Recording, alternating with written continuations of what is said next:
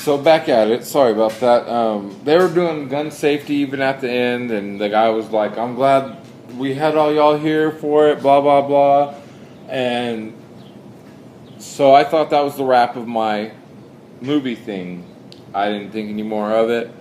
And Addison had a few other things where he was just driving.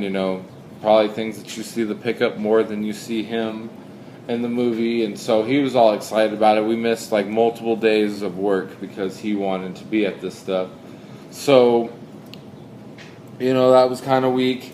Well, what later on that day, I went by and I'm telling Roxy because the whole story of everything that went by, and Jeff Bridges was in town, which I didn't see him, but he was in town, and we were going, and I was taking her to where I was afterwards. I was like, you got to come see where we filmed this movie and stuff. And 10 minutes after we had left, it just started raining, pouring.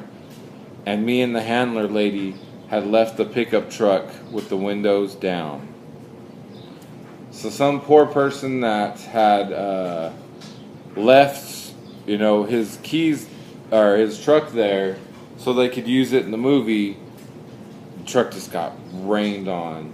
And what happened was they pulled us off of our scene where we were at and told us in there and sat us with a whole 10-minute gun story and stuff like that of safety and stuff like that after we were done with the movie, after our part was done. So they're telling us this whole thing, and we never went back to that truck. They just pulled us away and probably left sodas and candy in there because they were bringing that stuff to us like crazy. They were bringing waters like you wouldn't believe. Waters every few minutes. They'd be like, even if you don't want them, just hold them. They want us to make sure that you're super hydrated. So I felt bad that the whole truck thing, and I thought that was the end of it. I would never hear anything of that unless we're in the movie. So I guess what had happened was they signed us up with a talent agent if you were in the movie. And I believe like the first 6 months of it was free. They send me an email. It's been like 2 or 3 years, 3 years, and they send me an email still once every 2 weeks.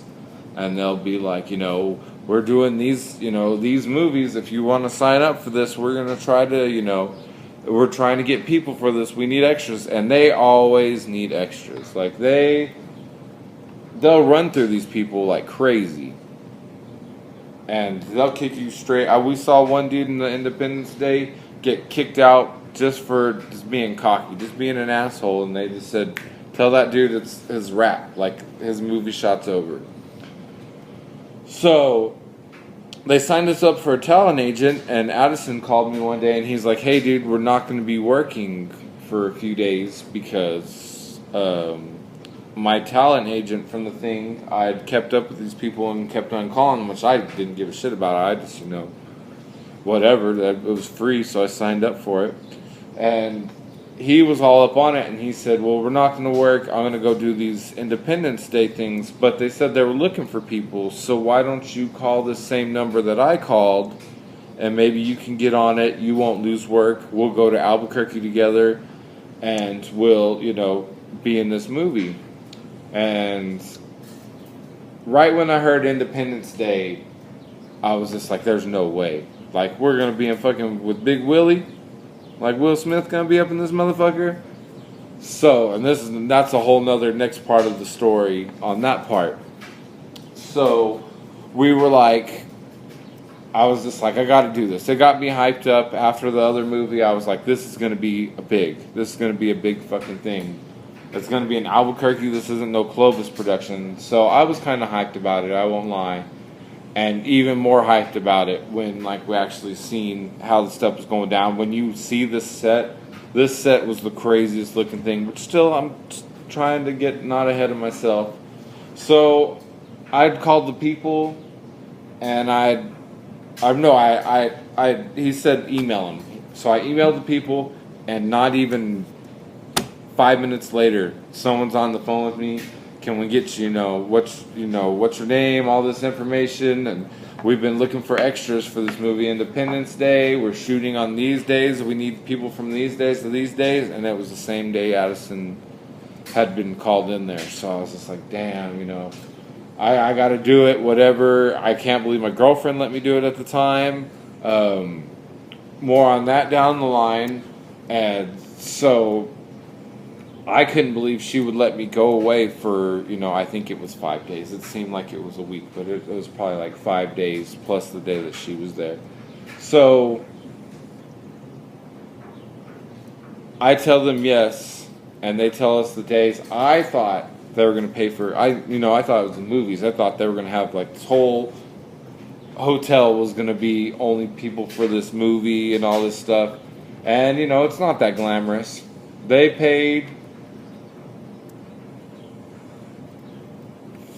maybe it was gas or it was something small, like that you could write, like I drove this many miles one way, they paid. So it was something small. And so me and Addison went up there, and I remember it being like a rainy day. We'd taken this Camaro, and this dude was the worst driver of yelling at people and like road rage like crazy.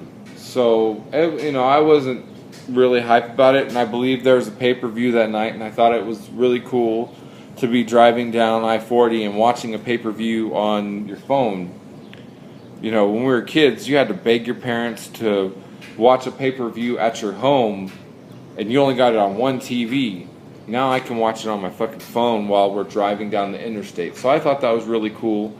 I remember us showing up to the hotel and it being rainy.